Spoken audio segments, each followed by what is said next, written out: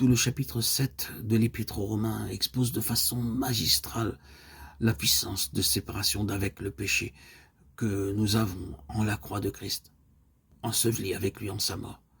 Séparés de notre vie passée, nous vivons désormais pour lui.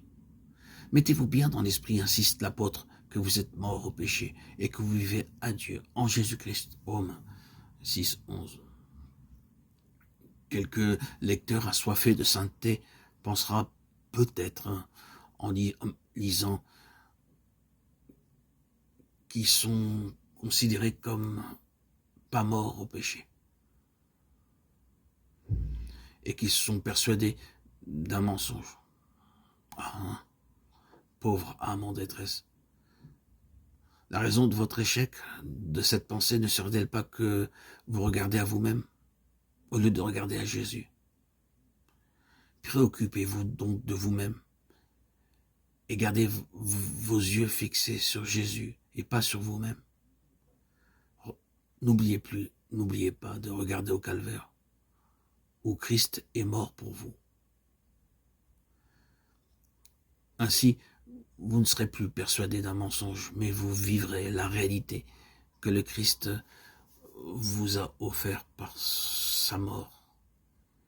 Et vous pourriez, en vous portant votre regard sur Dieu, vivre cette résurrection, cette vie nouvelle en Christ, cette vie féconde, cette vie divine en Christ, cette vie de victoire, cette vie triomphante.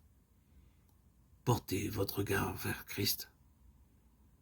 Le Saint-Esprit ne rend pas témoignage à ce que vous êtes ou à ce que vous faites, mais au Christ et à son sacrifice. Décentrez-vous de vous-même. Portez vos regards vers le Christ. Regardez à la croix. Êtes-vous vraiment décidé à vivre pour Christ? À rejeter tout péché connu? Désirez-vous, aspirez-vous à mourir au péché et faire l'expérience de ce que c'est que d'être crucifié avec Christ, de mourir avec lui? Désirez-vous vraiment, voulez-vous vraiment que sa mort pénètre et transforme votre vie? Est-ce bien votre volonté? Alors, si oui, et dès cet instant, considérez-vous que vous êtes cloué au bois avec votre Sauveur? Maintenant. Alors, vous reposant sur le Saint-Esprit et par la foi en la parole de Dieu,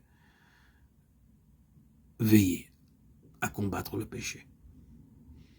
Dieu ayant dit que par la mort du Christ, et puisque vous êtes crucifié avec lui, le péché ne régnera plus sur vous. Ayez confiance en sa parole de vérité, de vie.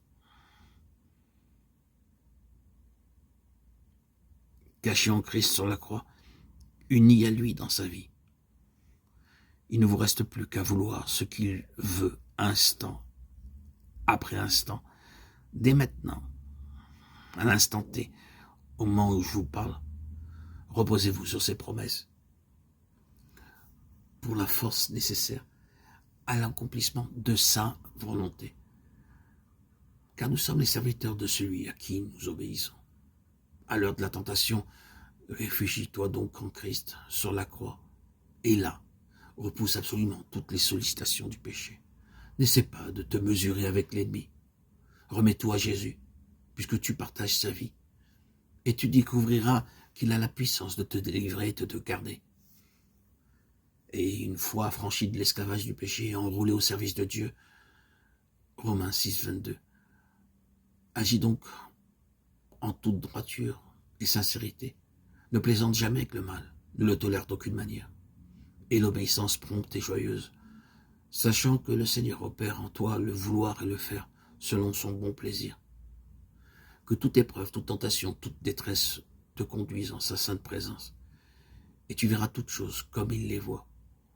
Là, tu marches dans la lumière, parce qu'il est lumière, et son sang précieux te purifie de tout péché. Si quelqu'un a péché, nous avons un avocat près du Père, Jésus-Christ le juste. C'est lui qui est la victime de propitiation pour nos péchés, et non seulement pour les nôtres, mais aussi pour ceux du monde entier. 1 Jean 2, 1, 2. Toutefois, pour que l'âme soupire après la délivrance, il faut d'abord qu'elle ait senti le poids de ses chaînes. As-tu senti le poids de tes chaînes? Veux-tu être délivré? Ressens-tu, vis-tu ta misère?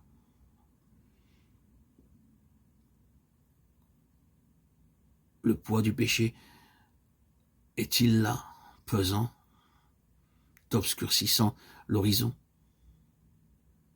Et c'est là ce que l'apôtre Paul expose de façon saisissante au 7e chapitre de son épître aux Romains.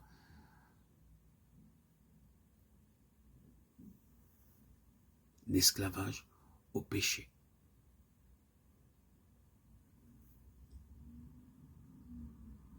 Est une prison à laquelle tu t'es toi-même enfermé.